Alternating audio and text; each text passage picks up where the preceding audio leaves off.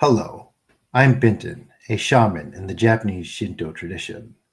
Tonight's talk is called New Age versus Occult. What is the difference?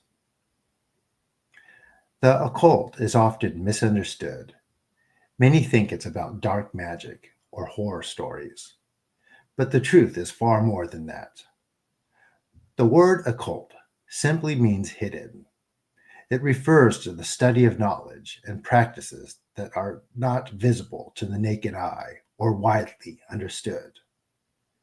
True occultism is about exploring the mysteries of existence, the spiritual world, and the forces that move beyond the veil of the everyday. It is not a free for all of mystical experiences, but a structured approach to understanding what lies beyond the physical world. Occultists work with ancient texts, symbols, and rituals. They approach spiritual practices with respect and caution. When it comes to entities, whether they be our spirits, thought forms, or otherworldly beings, an occult practitioner understands that these are not just figments of imagination or universal energies in disguise. They are conscious beings with their own motives, personalities, and agendas. Not all are benevolent, and not all are malevolent.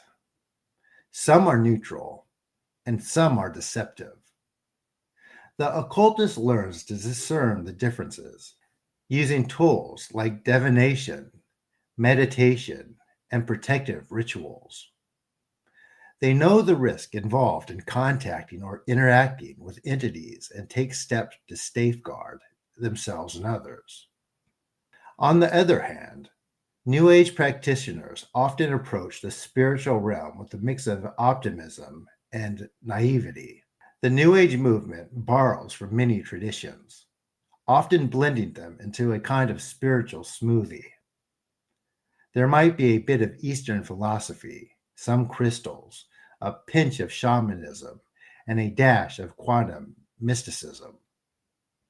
While this can create an open and welcoming spiritual space, it often lacks the structure and caution found in traditional occult practices. New Age practitioners might call any entity that feels positive a guide, an angel, or a higher self.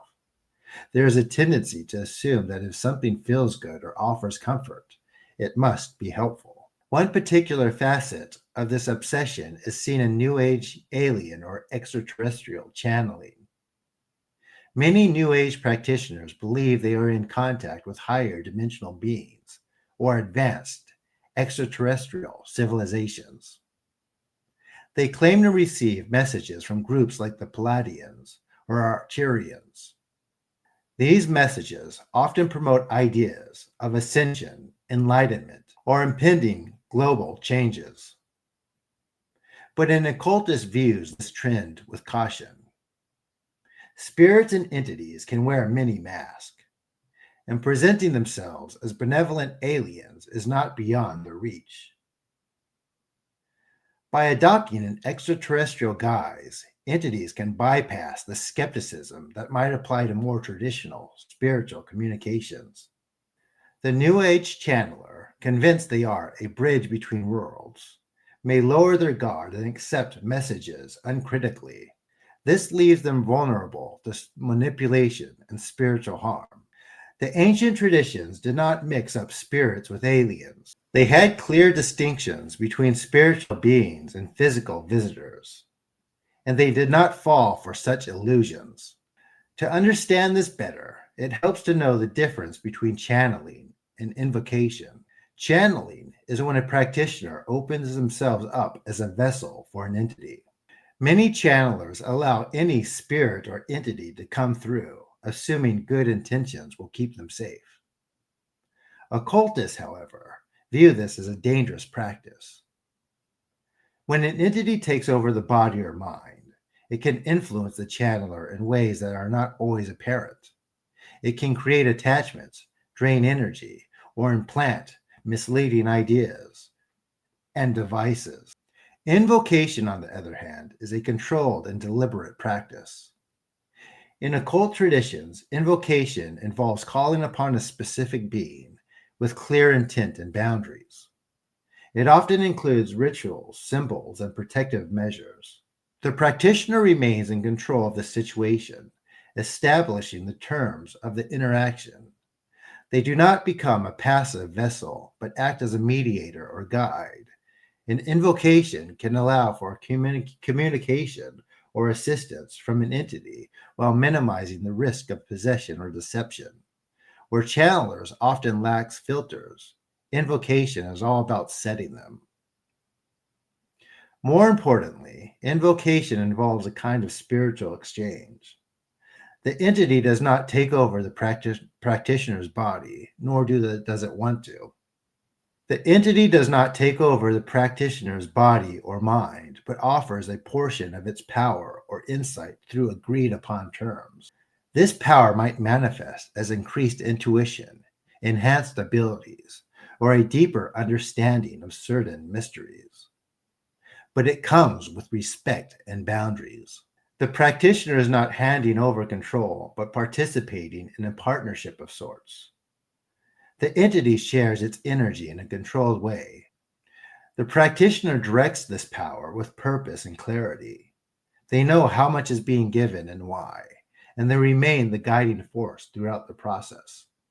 This distinction is important.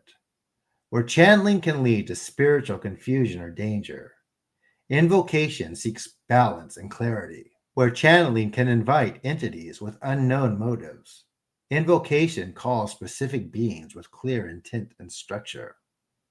This is why traditional esoteric practices emphasize training, discipline, and caution. They understand that working with entities is not a game, but a serious and potentially dangerous endeavor.